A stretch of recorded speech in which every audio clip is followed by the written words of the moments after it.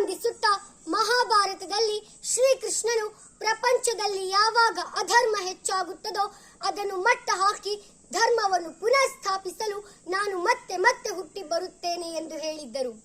ಇತಿಹಾಸದ ಪುಟಗಳನ್ನು ತಿರುವಿ ನೋಡಿದಾಗ ಜಗತ್ತಿನಾದ್ಯಂತ ಅಶಾಂತಿ ಅಂಧಕಾರಗಳ ಕಾರ್ಮೋಡ ಕವಿದಾಗ ಆ ಕಾರ್ಮೋಡವನ್ನು ಕರಗಿಸಲು ಒಬ್ಬ ಮಹಾನ್ ವ್ಯಕ್ತಿ ಉದಿಸಿ ಬಂದಿರುವುದನ್ನು ನಾವು ನೋಡಬಹುದು.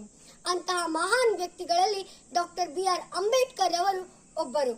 ದೇವರ ದೃಷ್ಟಿಯಲ್ಲಿ ಎಲ್ಲರೂ ಸಮಾನರು ಎಂಬುದು ನನಗೆ ಬೇಕಿಲ್ಲ, ಮನುಷ್ಯರ ದೃಷ್ಟಿಯಲ್ಲಿ ಎಲ್ಲರೂ ಸಮಾನರು ಎಂಬುದು ನನಗೆ ಬೇಕು ಎಂಬ ಮಾತನ್ನು ಇಡೀ ಭಾರತ ಸಂವಿಧಾನದ ಮೂಲಕ ಎಲ್ಲ ಭಾರತೀಯರಿಗೆ ಉಣಬಡಿಸಿ ಸಾಮಾಜಿಕ ತಾರತಮ್ಯದ ಇತಿಹಾಸವನ್ನು ಬದಲಿಸಿ ಸಮಾನ ಸಮಾಜವನ್ನು ನಿರ್ಮಾಣ ಮಾಡಲು ಪಣ ತೊಟ್ಟು ಈ ಇತಿಹಾಸದ ಪುಟಗಳಲ್ಲಿ ದಾಖಲಾದ ಈ ಶತಮಾನದ ಶ್ರೇಷ್ಠ ಮಹಾನ್ ಮಾನವತಾವಾದಿಯಾದ ಡಾಕ್ಟರ್ ಬಿ.ಆರ್. ಅಂಬೇಡ್ಕರ್ ಅವರ ಜನ್ಮದಿನದ ಶುಭಾಶಯಗಳನ್ನು ತಿಳಿಸುತ್ತಾ ಅವರ ವ್ಯಕ್ತಿತ್ವದ ಕುರಿತು ಒಂದೆರಡು ಮಾತುಗಳನ್ನಾಡಲು ಇಷ್ಟಪಡುತ್ತೇನೆ.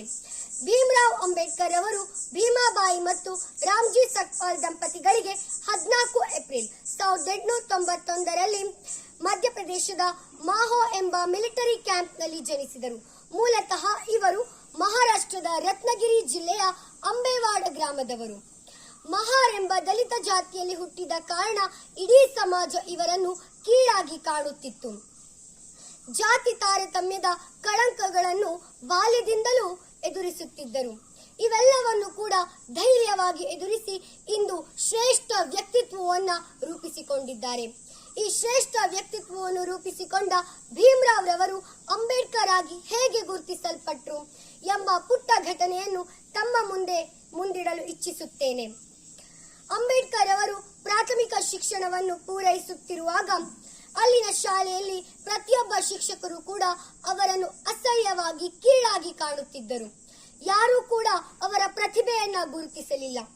ಅಲ್ಲಿನ ಶಿಕ್ಷಕರಲ್ಲಿ ಒಬ್ಬರಾದ ಫೆಂಡೆಸೆ ಅಂಬೇಡ್ಕರ್ ಎಂಬ ಶಿಕ್ಷಕರು ಈ ಬಾಲಕನ ಪ್ರತಿಭೆಯನ್ನು ಗುರುತಿಸಿದರು.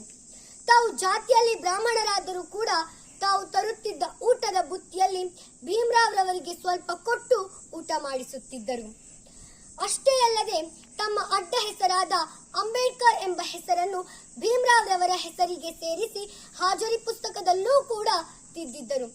ಅವರ ಗುರುಗಳು ಭೀಮರಾವ್ ರವರಿಗೆ ಒಂದು ಮಾತನ್ನ ಹೇಳಿದ್ರು, ನೀನು ನನ್ನ ಹೆಸರಿನಲ್ಲಿ ಇಡೀ ಜಗತ್ತಿನಲ್ಲಿ ಬದುಕಬೇಕು, ನನ್ನ ಹೆಸರಿಗೆ ಗೌರವ ತರುವಂತ ಶ್ರೇಷ್ಠ ವ್ಯಕ್ತಿ ನೀನಾಗಬೇಕು ಅಂತ ಹೇಳ್ತಾರೆ. ಅದೇ ರೀತಿ ಭೀಮರಾವ್ ರವರು ಇಂದು ಅಂಬೇಡ್ಕರ್ ಎಂಬ ಹೆಸರಿನಿಂದ ಪ್ರಖ್ಯಾತಿ ಪಡೆದಿದ್ದಾರೆ. ನಾವ್ಯಾರೂ ಕೂಡ ಭೀಮರಾವ್ ಜಯಂತಿ ಅಂತ ಕರೆಯುವುದಿಲ್ಲ, ಅಂಬೇಡ್ಕರ್ ಜಯಂತಿ ಅಂತಲೇ ಕರೆಯುತ್ತೇವೆ. ಅಂತ ಒಂದು ಶ್ರೇಷ್ಠ ವ್ಯಕ್ತಿತ್ವ ಅಂಬೇಡ್ಕರ್ ರವರದ್ದು. ಅಷ್ಟೇ ಅಲ್ಲದೆ ಅಂಬೇಡ್ಕರ್ ಅವರು ಒಬ್ಬ ಶ್ರೇಷ್ಠ ವ್ಯಕ್ತಿ ಆಗಬೇಕಾದ್ರೆ ಅವರ ಬಹುಮುಖ್ಯವಾದ ಕಾರಣ ಏನಂದ್ರೆ ಅವರಿಗೆ ಓದಿನಲ್ಲಿ ಬಹಳ ಆಸಕ್ತಿ ಇತ್ತು. ಅವರಿಗೆ ಪುಸ್ತಕ ಶಿಕ್ಷಣ ಎಂದರೆ ಬಹಳ ಪ್ರೀತಿ. ಅವರಿಗೆ ಪುಸ್ತಕದ ಬಗ್ಗೆ ಎಷ್ಟು ಪ್ರೀತಿ ಇತ್ತೆಂಬುದನ್ನು ಅವರ ಈ ಒಂದು ಮಾತಿನ ಮೂಲಕ ನಾವು ತಿಳಿಯಬಹುದಾಗಿದೆ.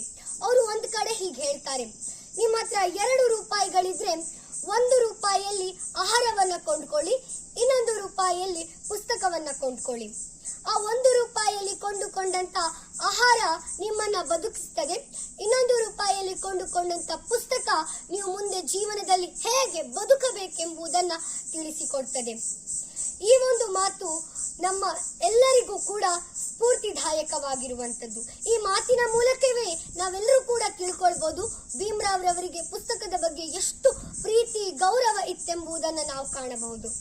ಬಾಲ್ಯದಲ್ಲೂ ಕೂಡ ಅವರಿಗೆ ಪುಸ್ತಕಗಳೆಂದರೆ ಬಹಳ ಇಷ್ಟ. ಒಂದು ಘಟನೆಯನ್ನು ಹೇಳಲಿಕ್ಕೆ ಇಷ್ಟಪಡ್ತೇನೆ, ಅವರಿಗೆ ಪುಸ್ತಕದ ಬಗ್ಗೆ ಎಷ್ಟು ಪ್ರೀತಿ ಇತ್ತೆಂಬುದನ್ನು. ಅವರು ಒಮ್ಮೆ ಬಾಲ್ಯದಲ್ಲಿ ಸಣ್ಣವರಿದ್ದಾಗ ಹೀಗೆ ಪೇಟೆಯನ್ನ ಸುತ್ತಲಿಕ್ಕೆ ಹೋದಾಗ ಅವರು ಪುಸ್ತಕಗಳನ್ನ ನೋಡ್ತಾರೆ. ಅವರಿಗೆ ಈ ಪುಸ್ತಕಗಳನ್ನ ಕೊಂಡು ಓದಬೇಕೆಂಬ ಆಸೆ ಅವರ ಮನಸ್ಸಲ್ಲಿ ಚಿಗುರೊಡೆಯುತ್ತೆ. ಆದ್ರೆ ಹೇಗೆ ಪುಸ್ತಕಗಳನ್ನ ಕೊಂಡುಕೊಳ್ಳುವುದು? ಅವರ ಬಳಿ ಹಣ ಇರೋದಿಲ್ಲ. ಆಗ ಅವರಿಗೆ ನೆನಪಿಗೆ ಬರುವಂತದ್ದು ಅವರ ಅಜ್ಜಿ ತಮ್ಮ ಹುಟ್ಟಿದ ಹಬ್ಬಕ್ಕೆ ಕೊಡಿಸಿದಂತ ಬೆಳ್ಳಿ ಲಾಕೆಟ್. ಆ ಬೆಳ್ಳಿ ಲಾಕೆಟ್ ಅನ್ನ ಒಂದು ಕ್ಷಣವೂ ಯೋಚಿಸದೆ ಮಾರಿ ಪುಸ್ತಕವನ್ನ ಕೊಂಡುಕೊಳ್ತಾರೆ. ಬಹುಶಃ ಈ ಘಟನೆ ಎನ್ನುವಂಥದ್ದು ಭೀಮರಾವ್ ರವರಿಗೆ ಪುಸ್ತಕ ಎಂದ್ರೆ ಎಷ್ಟು ಪ್ರೀತಿ, ಅಪಾರವಾದ ಗೌರವ ಇತ್ತೆಂಬುದನ್ನ ನಾವು ತಿಳಿದುಕೊಳ್ಳಬಹುದು. ಅವರು ತಮ್ಮ ಮೈ ಮೇಲೆ ಇದ್ದಂತ ಒಡವೆಯನ್ನ ಮಾರಿ ಪುಸ್ತಕಗಳನ್ನ ಕೊಂಡ್ಕೊಳ್ತಾರೆ. ಎಷ್ಟು ಪ್ರೀತಿ ಅವರಿಗೆ ಪುಸ್ತಕದ ಮೇಲೆ ಇತ್ತೆಂಬುದನ್ನ ನಾವೆಲ್ಲರೂ ಕೂಡ ತಿಳ್ಕೊಳ್ಬಹುದಾಗಿದೆ. ಹೀಗೆ ಬಡತನದ ಜೊತೆಗೆ ತಾವು ಬಾಲ್ಯದುದ್ದಕ್ಕೂ ಕಷ್ಟಗಳು, ಅವಮಾನಗಳು, ಅಸ್ಪೃಶ್ಯತೆಗಳಿಗೆ ಒಳಗಾಗುತ್ತಾರೆ. ಒಂದಿಷ್ಟು ಕಷ್ಟಗಳನ್ನು ಅವರು ಅನುಭವಿಸುತ್ತಾರೆ. ತಾವು ಬಾಲ್ಯದಲ್ಲಿ ಶಾಲೆಯಲ್ಲಿ ಹೋಗ್ತಿರ್ಬೇಕಾದ್ರೆ ಅಲ್ಲಿ ಬ್ಲಾಕ್ ಬೋರ್ಡ್, ಚಾಕ್ಗಳನ್ನ ಮುಟ್ಟುವಂತಿರಲಿಲ್ಲ. ಬೇರೆ ವಿದ್ಯಾರ್ಥಿಗಳಿಂದ ಪ್ರತ್ಯೇಕವಾಗಿ ಕೂರ್ಬೇಕಿತ್ತು. ನೀರನ್ನ ಕುಡಿಬೇಕಾದ್ರೆ ಬೇರೆ ವಿದ್ಯಾರ್ಥಿಗಳು ಶಾಲೆಯ ಲೋಟವನ್ನೇ ಬಳಸ್ಕೊಂಡು ನೀರನ್ನ ಕುಡಿತಾ ಇದ್ರು. ಆದ್ರೆ ಭೀಮರಾವ್ರವರು ಮಾತ್ರ ನೀರನ್ನ ಮೇಲಿಂದ ಹಾಕಿದಾಗ ಬೊಗಸೆಯಲ್ಲಿ ನೀರನ್ನ ಕುಡಿಬೇಕಿತ್ತು. ಇನ್ನು ಕ್ಷೌರದ ಅಂಗಡಿಗೆ ಹೋದಾಗ ಅವರ ಜಾತಿಯನ್ನು ತಿಳಿದು ಕ್ಷೌರವನ್ನು ಅರ್ಧಕ್ಕೆ ನಿಲ್ಲಿಸಿ ಕ್ಷೌರಿಕ ಅಂಗಡಿಯಿಂದ ಹೊರದಬ್ಬಿದ ಸನ್ನಿವೇಶವೂ ಇದೆ.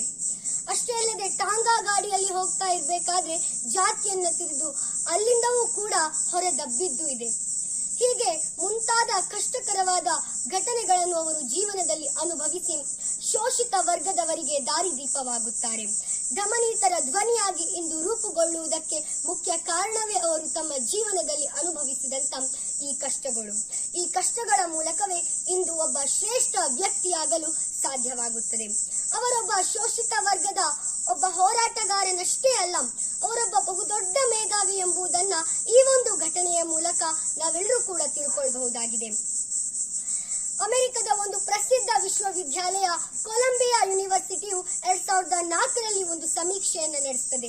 ಆ ಸಮೀಕ್ಷೆ ಏನಂದ್ರೆ, ಕಳೆದ 300 ವರ್ಷಗಳ ಹಿಂದೆ ಈ ಸಂಸ್ಥೆಯಲ್ಲಿ ಕಲಿತಂತಹ 100 ಶ್ರೇಷ್ಠ ವಿದ್ಯಾರ್ಥಿಗಳ ಹೆಸರನ್ನ ಪಟ್ಟಿ ಮಾಡ್ತದೆ. ಆ 100 ಶ್ರೇಷ್ಠ ವಿದ್ಯಾರ್ಥಿಗಳ ಹೆಸರಿನ ಪಟ್ಟಿಯಲ್ಲಿ ಮೊದಲ ಸ್ಥಾನ ಇರುವಂತದ್ದು ಡಾಕ್ಟರ್ BR ಅಂಬೇಡ್ಕರ್ ಅವರಿಗೆ. ಅವರು ಗಳಿಸಿದಂತ ಜ್ಞಾನ, ಮೇಧಾವಿತನ, ಪಾಂಡಿತ್ಯ ಇದೆಲ್ಲವೂ ಕೂಡ ಈ ಸ್ಥಾನಕ್ಕೆ ಕಾರಣವಾಗಿದೆ.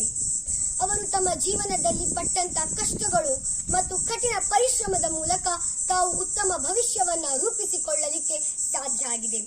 ಅಷ್ಟೇ ಅಲ್ಲದೆ ಈ ಯೂನಿವರ್ಸಿಟಿಯು ಡಾಕ್ಟರ್ BR ಅಂಬೇಡ್ಕರ್ ಅವರ ಸವಿ ನೆನಪಿಗಾಗಿ ಈ ಯೂನಿವರ್ಸಿಟಿಯ ಎದುರುಗಡೆ ಅಂಬೇಡ್ಕರ್ ಅವರ ಒಂದು ಪ್ರತಿಮೆಯನ್ನ ನಿರ್ಮಿಸಲಾಗಿದೆ.